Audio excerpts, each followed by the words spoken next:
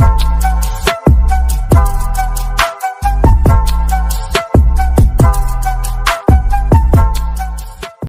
Student, आप सभी का श्रेष्ठी स्टडी पॉइंट में स्वागत है। आज का टॉपिक है आयकर अधिनियम के अंतर्गत मकान संपत्ति से आय शीर्षक के अंतर्गत ऐसे मकान जो स्वामी अपने निवास में प्रयुक्त कर रहा है उनके वार्षिक मूल्यों की गणना कैसे की जाएगी, वो हम देखेंगे धारा 23 उपधारा 2 के अंतर्गत। पॉइंट बाय पॉइंट हम लोग देखेंगे। पहला पॉइंट है वार्षिक मूल्य के लिए ऐसे मकान जो पूरे गत वर्ष स्वयं रहने के काम में आता है। ये है हमारा पहला पॉइंट, यानी वार्षिक मूल्य के अंतर्गत पहले पॉइंट ऐसे मकान जो पूरे गत वर्ष स्वयं रहने के काम में आता है। इसके अंतर्गत भी हम पॉइंट बना लें। इसके अंतर्गत हम देखेंगे पहला पॉइंट, स्वामी के स्वयं रहने के मकान काम में आ रहा है तो ऐसे मकान का वार्षिक मूल्य 0 होगा। बी पॉइंट है वह उसमें पूरे गत वर्ष यानी 12 माह की अवधि में इस कारण से न रह सका हो क्योंकि उसकी नौकरी अथवा व्यापार अथवा पेशा किसी अन्य जगह है और उस जगह वह जिस मकान में वह रह रहा है वह उसका स्वयं का नहीं है, तो उस मकान का वार्षिक मूल्य यानी एनुअल वैल्यू नील होगा। ग्रॉस एनुअल भी वैल्यू नील होगा और एनुअल वैल्यू भी 0 होगा। बशर्ते, शर्त क्या है, कंडीशन क्या है उसको भी जान ले।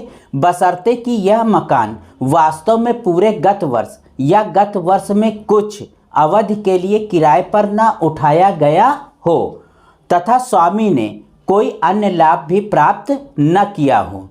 और सी पॉइंट के अंतर्गत देखेंगे स्वामी के स्वयं रहने के 2 से अधिक मकान है तो 2 मकानों का वार्षिक मूल्य 0 होगा। इसके अलावा हम लोग अन्य बातों को भी ध्यान में रखेंगे। अन्य बातें कौन कौन सी हैं वो देख लें। पहला है स्वयं के रहने के मकान या उसका कोई भाग पूरे गत वर्ष या गत वर्ष में कुछ अवधि के लिए किराए पर नहीं उठाया जाना चाहिए। दूसरा पॉइंट है यदि एक भवन में 1 से अधिक मंजिलें यानी फ्लोर्स, फ्लैट्स या इकाई यूनिट्स हैं और ये सभी स्वयं रहने के काम में आती हैं तो इन सभी यूनिट्स का एनुअल वैल्यू 0 होगा। तीसरा पॉइंट, यदि भवन में 1 से अधिक फ्लोर्स, फ्लैट्स या यूनिट्स हैं तथा उनमें से एक मंजिल, फ्लैट, इकाई स्वयं रहने के काम में आती है तथा अन्य मंजिलें, फ्लैट्स, यूनिट्स किराए पर उठा दी गई हैं तो स्वयं के रहने के काम में आने वाली फ्लोर्स, फ्लैट्स, यूनिट्स का वार्षिक मूल्य 0 होगा। चौथा पॉइंट है यदि गत वर्ष में किसी भी मकान का निर्माण कार्य पूरा होता है और उसके पश्चात मकान स्वयं रहने के काम में आता है तो यह माना जाता है कि मकान पूरे गत वर्ष स्वयं रहने के काम में आया है। पांचवा पॉइंट देखेंगे the municipal tax paid by the owner regarding such property are not deductible from gross annual value to arrive at the net annual value. इसमें देखेंगे कि स्वयं रहने की मकान की दशा में नगर पालिका कर की कटौती नहीं मिलती है।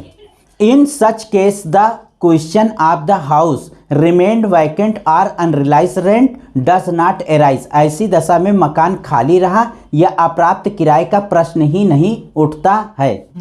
अब हम देखेंगे धारा 24 के अंतर्गत कौन सी कटौतियां स्वीकृत होंगी। इसके अंतर्गत टैक्सेबल वैल्यू निकालने के लिए हम लोग अंडर सेक्शन 24 के अंतर्गत कौन कौन सी कटौतियां स्वीकृत होगी।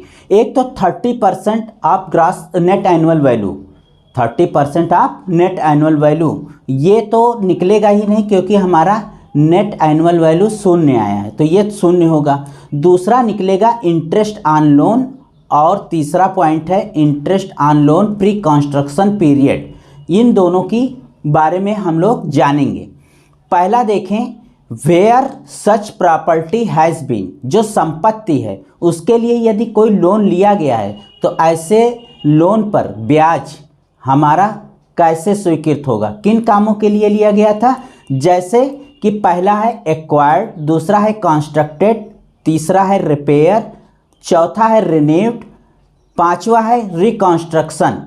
इन कामों के लिए यदि कोई प्रकार का ऋण लिया जाता है तो उस संबंध में ब्याज की कटौती के बारे में हम देखेंगे। With capital borrowed on or before 31 March 1999, तो हम देखेंगे 31 मार्च 1999 से पूर्व यदि कोई ऋण लिया गया है तो maximum limit for deduction of interest shall be ₹30,000। यदि इन कामों के लिए, यहाँ पे शब्दों का ध्यान देना है, acquired, constructed, repair, renewed, reconstruction, इन कामों के लिए यदि कोई प्रकार का ऋण लिया गया है और 31 मार्च 1999 से पहले लिया गया है तो ऐसे ऋण पर ब्याज कितना स्वीकृत होगा? 30,000। फिर हम देखेंगे कि which such property has been repaired, renewed, reconstruction with capital borrowed after 31 March 1999। यदि ऐसी संपत्ति के लिए यानी रिपेयर, रिन्यूड, रिकंस्ट्रक्शन के लिए कोई ऋण लिया गया है 31 मार्च 1999 के बाद इन कामों के लिए, तो मैक्सिमम लिमिट कितनी होगी डिडक्शन के लिए? 30,000 रुपये। यानी ऋण पर ब्याज कितना स्वीकृत होगा? 30,000 रुपये। यदि ऋण किन कामों के लिए लिया गया है? एक्वायर्ड कंस्ट्रक्शन यानी नया मकान खरीदने या बनवाने के लिए, कंस्ट्रक्शन नया मकान बनवाने के लिए, विथ कैपिटल बारोड आफ्टर 31 मार्च यानी 31 मार्च 1999 के बाद यदि कोई ऋण लेकर बनवाया जाता है तो ब्याज की अधिकतम कटौती कितना होगा? 2 लाख रुपए। तो हमको ये ध्यान देना होगा 31 मार्च 1999 आफ्टर, तो ब्याज की अधिकतम कटौती कितनी होगी किन कामों के लिए? हमें देखना होगा एक्वायर्ड यानी क्रय करने के लिए, नया मकान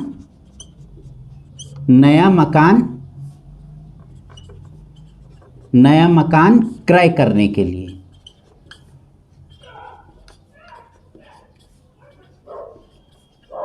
नया मकान क्रय करने के लिए या नया मकान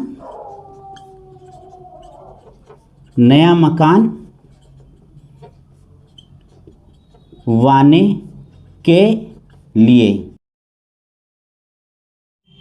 नया मकान क्रय करने के लिए, नया मकान बनवाने के लिए ब्याज कितना स्वीकृत होगा? इसकी मैक्सिमम लिमिट क्या होगी?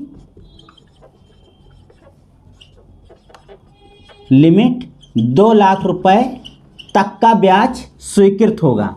यानी इंटरेस्ट मेरा कितना स्वीकृत होगा? 2 लाख रुपए तक।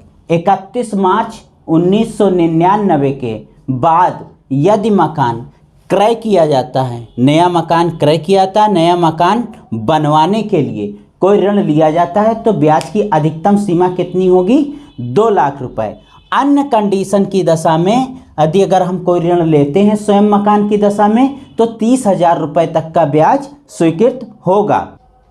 इसके अतिरिक्त हम अन्य और बातों को भी देख लें, जैसे कि नया मकान ऋण लेने वाली वित्तीय वर्ष की समाप्ति से 5 वर्ष में खरीद लिया गया हो या बनवा लिया गया हो।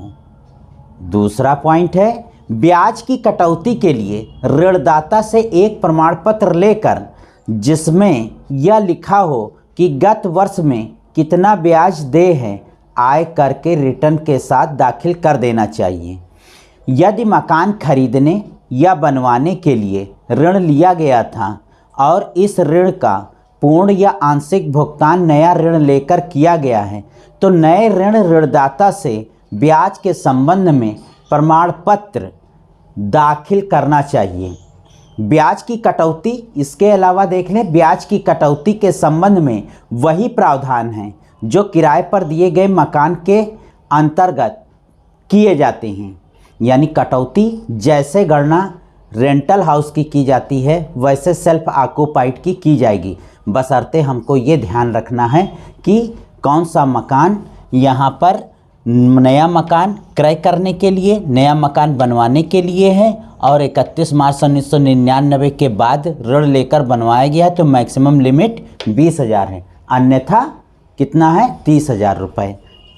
इनकम टैक्स विषय से संबंधित हमने और वीडियो के लिंक्स डिस्क्रिप्शन में दे दिए हैं। Thank you.